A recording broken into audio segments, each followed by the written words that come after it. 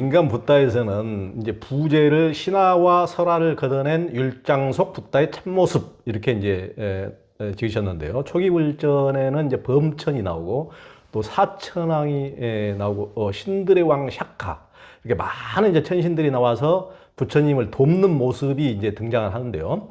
부처님이 야사의 모습을 이제 야사가 이제 부처님한테 그 막 술 마시고 뭐 이렇게 뭐 하다가 이제 부처님한테 귀한 뒤에 또 야사 아버지가 찾으러 오니까 이제 순간 바로 이제 또 야사를 또 데리고 가볼 수가 있으니까 이제 안 보여주게 이제 신통수를 발휘해서 야사의 모습을 들키지 않게 이제 모습을 감추기도 하고 또 이제 까샤파 삼형제를 제자로 만드는 과정에서는 맹독을 지닌 커다란 독사를 조그마한 뱀으로 만들어서 바루 속에 이제 넣어버리는 그런 신통을 부리는 장면도 이제 등장을 하는데요. 이것을 실제에서 벌어진 사실로 받아들이기엔 너무 신화적인데요. 왜 초기불전에도 이런 신화적인 모습과 신통 기적들이 많이 담겨 있을까요?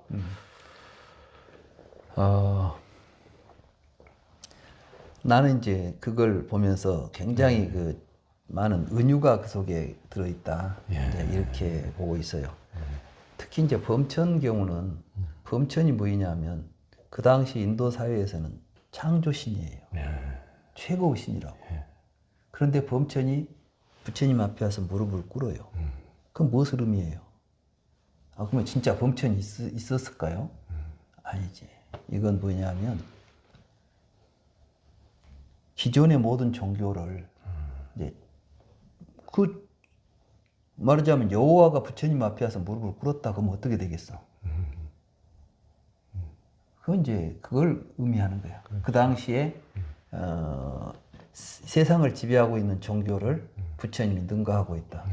또 그들이 원하는 가르침이 붓다에게 있다 이거야. 그러니까 범천이 청부를 하잖아. 청법을 하잖아. 부처님 법 좀 설해 주세요. 이렇게 말하잖아. 그럼 그건 뭔 말이야? 여호와가 부처님한테 와서 설법해 주세요. 이런 꼴이야. 그렇다면 그거는 뭘 상징하겠어요? 그건 뒤에 보면 그러잖아. 헛된 신앙을 버릴지어다. 이런 이야기 하잖아요. 이미 범천은 헛된 신앙의 상징인 거야. 그가 드디어 이제 물러설 테니까 당신이 정법으로 좀 이 세상을 다스려 주세요라고 지금 간구하는 모습으로 표현하는 거예요. 그런 어떤 시대적 역사적인 상황 속에서 붓다의 깨달음의 위상, 붓다의 지금 설법의 내용을 지금 이제 그 상징적으로 표현해 가는 방법이지. 뭐 진짜 와서 했겠어요. 그러니까 거기에 나오는 이제 신적 존재들, 특히 쌍일단 니까에도 처음에 가타품에 보면 이제 개송품에 보면 아침마다 천신들이 와서 뭐라고 노래를 불렀어. 근데 그게 정말 뭐 천신들이 아침마다 부처님한테 와서 노래 부르고 다녔겠어요? 어쩌면 나는 이제 그것은 오히려 부처님이 혼자 조용히 앉아서 이제 계실 때 그런 여러 가지 생각들을 이제 뭐 대변하는 것일 수도 있고 또 아니면 앞에 이제 쌍일단 니까에라고 하는 그 책을 처음에 이제 처음부터 부처님 말씀부터 막 나오기보다는 여러 천신들이 와가지고 불교가 무엇인가 하는 것을 이제 상징적으로 말하는 참불가 부르고 우리가 하는 거예요. 참불가. 참불가를 이제 신의 이름을 빌려서 지금 앞에 장엄하고 인연품부터 이제 부처님은 근데 또 인연품 들어가면 그런 신들은 또 비치지도 않아요. 그렇지 않아요? 그건 무엇을 의미하겠어? 바로 경전을 만든 사람들이 만든 장치예요. 부처님을 어떻게 묘사할 건가? 여기도 보면 초반에만 나와. 막 깨달아가지고 이제 근데 이상하게 이제 라자가 들어가가지고 돌아다닐 때 보면 평범하게 그지없이 또 돌아다녀. 이런 모습을 보게 되면 우리는 이제 부처님의 깨달음이 얼마나 위대한 것인가를 드러내기 위해서 막 비바람이 몰아치는데 용이 막 따리를 틀어가지고 부처님을 비바람으로부터 보호를 해줬다는 등 막 이런 사천왕이 막 바루를 갖고 와서 4개의 바루를 부처님에게 올렸다는 등 이런 이야기들은 이제 참으로 위대한 깨달음이 이루어졌고 그 깨달음을 온 세상이 다 같이 존경하고 공경하고 기뻐하고 있다.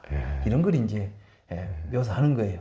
그 다음에 이제 우르벨다 가섭을 만나가지고 했던 것은 그것도 이제 굉장히 재밌는 이제 서로 이런 그 의미가 있는데 부처님은 왜 하필이면 우르엘라 가섭을 찾아갔을까요?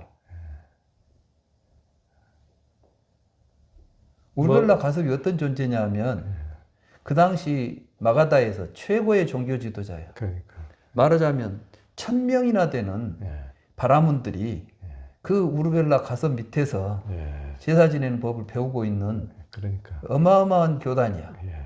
근데 거기를 35살 먹은 젊은 붓다가 호롤단신으로 찾아갑니다. 도장 깨기 하는 것이 도장 깨기. 그러면 왜 거기를 갔을까? 나는 여기에 붓다의 굉장히 큰 의도가 있다. 왜냐하면 그때 인도에서는 마가다가 최고의 강국이에요. 가장 큰 땅이고 거기에서 가장 큰 종교 지도자가 우르벨라 가섭이고 그 밑에 있는 가섭 삼형제잖아. 그러면 부처님이 이제 깨달음을 가지고 사람들한테 전법을 하러 그냥 혼자 마가다의 그 라자가로 들어갔다고 생각해 봅시다. 그러면 누가 언제 앉지를 알겠어?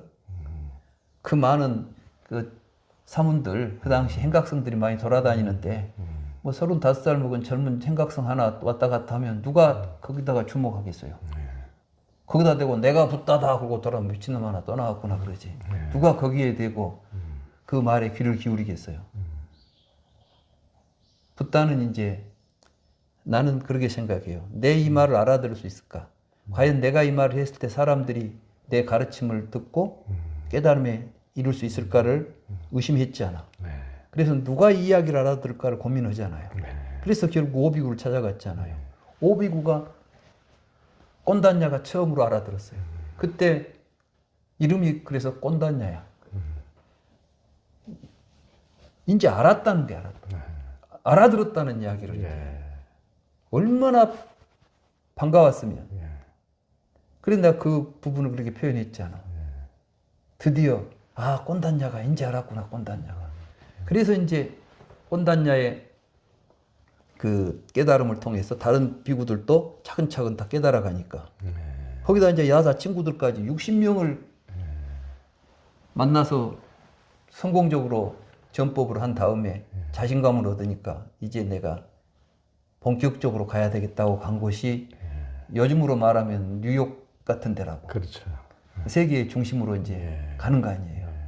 거기 가서 근데 호롤 단신으로 가가지고 말하고 돌아다니면 누가 가라고. 그래서 이제 필요한 건 뭐였냐면 앞세울 사람이 있는 거예요. 내가 말 안 해도 그러면 가섭이 만약에 내 제자가 된다면 그건 이제 더 이상 PR할 필요가 없겠지 뭐.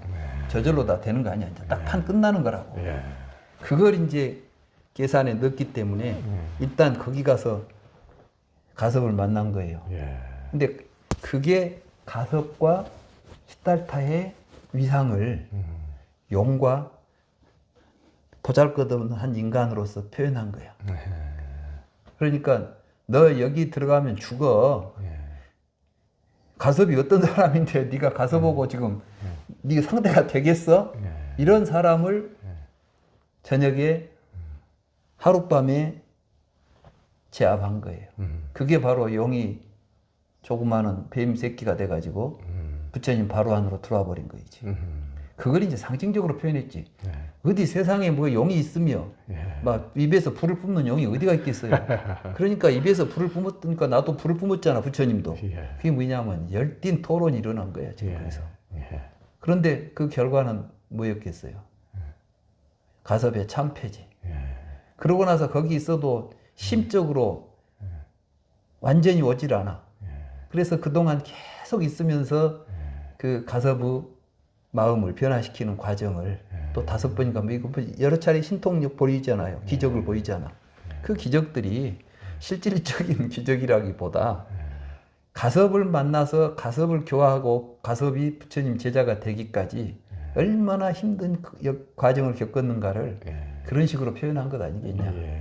그러고 나서 이제 가섭이 다 내던져 버리고 가섭의 동생들까지 합류해가지고 1000명이 라자가를 들어올 때 지금 1000명이 한 줄로 들어오면 가관일 텐데 그때 1000명이면은 엄청 사람이 몇 명이나 살겠어. 근데 1000명이 줄을 지어서 온다? 그건 정말 구경거리도 이런 구경거리가 없는 거지. 그렇겠죠. 거기에 또 천하의 대가섭이 마가섭이 지금 우리엘라 가섭이 지금 부처님 뒤를 쫄쫄 따라오고 있다. 이건 정말 과관인 거지. 그러니까 사람들이 이제 도대체 어떻게 된 거다 이건 누가 스승이냐? 그러니까 가는 걸 보면은 젊은이가 스승 같은데 상식적으로는 도저히 젊은이가 마가섭의 우르벨라 가섭의 스승일 수가 없는데 그러니까 우르벨라 가섭한테 부처님이 눈짓을 주지 않아. 그러니까 우르벨라 가섭이 저분이 내 스승입니다. 이때 이미 이제 그래서 그 다음에 보면 경전에 보면 부처님 갈 때마다 석가적에서 출가한 누가 뭐 이러이러한 뭐 시포를 갖춘 위대한 성인이 온다더라. 이게 이미 가기 전에 소문이 난다니까. 그래가지고 와서 머물고 있으면 동네 사람들이 이제 보러 전부 오는 거야, 막 이렇게. 이러한 걸 만들었기 때문에 나는 그게 부처님이 굉장히 포교 전략이 뛰어난 분이다. 그러니까 그냥 아무데나 가서 아무렇게나 하신 분이 아니라 치밀하게 이 정법을 바르게 펴기 위해서는 어떻게 할 것인가에 대해서 고민도 많이 하셨을 것이다. 그러니까 그 부처님의 명호가 뭐 수없이 많은데 세간해 세상에 대해서도 잘 아시는 분. 그렇죠. 그러니까 무대포로 이렇게 가시는 게 아니고 그렇죠. 세상에 잘 아셔서 교화 방편을 잘 펴신 이제 그런 걸로. 근데 볼 수가 그분 있겠죠. 움직이는 걸 보면 절대로 가볍게 움직이지 않았어요. 그래서 이제 라자가에 계셨잖아요. 그때 누구를 만납니까? 바로 이 아나타빈디카 급고독장자를 만나잖아. 급고독장자가 제가 가서 절을 지어 놓을 테니 오십시오라고 가잖아요. 근데 거기 가서 또 절 지으면서 또 사건이 벌어지잖아. 아나타빈디카가 전 재산을 바쳐서 절을 짓고 있다는 거야. 누가 오는데 이 절을 짓냐는 거지. 아직 부처님은 가지도 않았는데 이미 사이성에는 슈라바스티에는 부처님 오신다는 소문이 절 지었는 동안에 안 나오겠어요? 거기다가 또 전 재산을 바쳐서 그러니까 또 기타 태자가 그러면 나도 부처님한테 바치겠다고 숲을 바치고 막 이런 일이 벌어지니까 그 자리에 가시잖아. 그래서 이제 우리가 그래서 그런 걸 가만히 보면 물론 부처님의 위대함이 이제 있기 때문에 또 그런 일도 가능하겠지만은 그렇지만 부처님께서는 이렇게 가치 있는 것을 가치 있게 사람들에게 전달할 줄도 알았다. 아무리 좋은 것도 어디가 쓰레기 같은 쓰레기 봉지에다 넣어갖고 보내면 쓰레기인 줄 알아.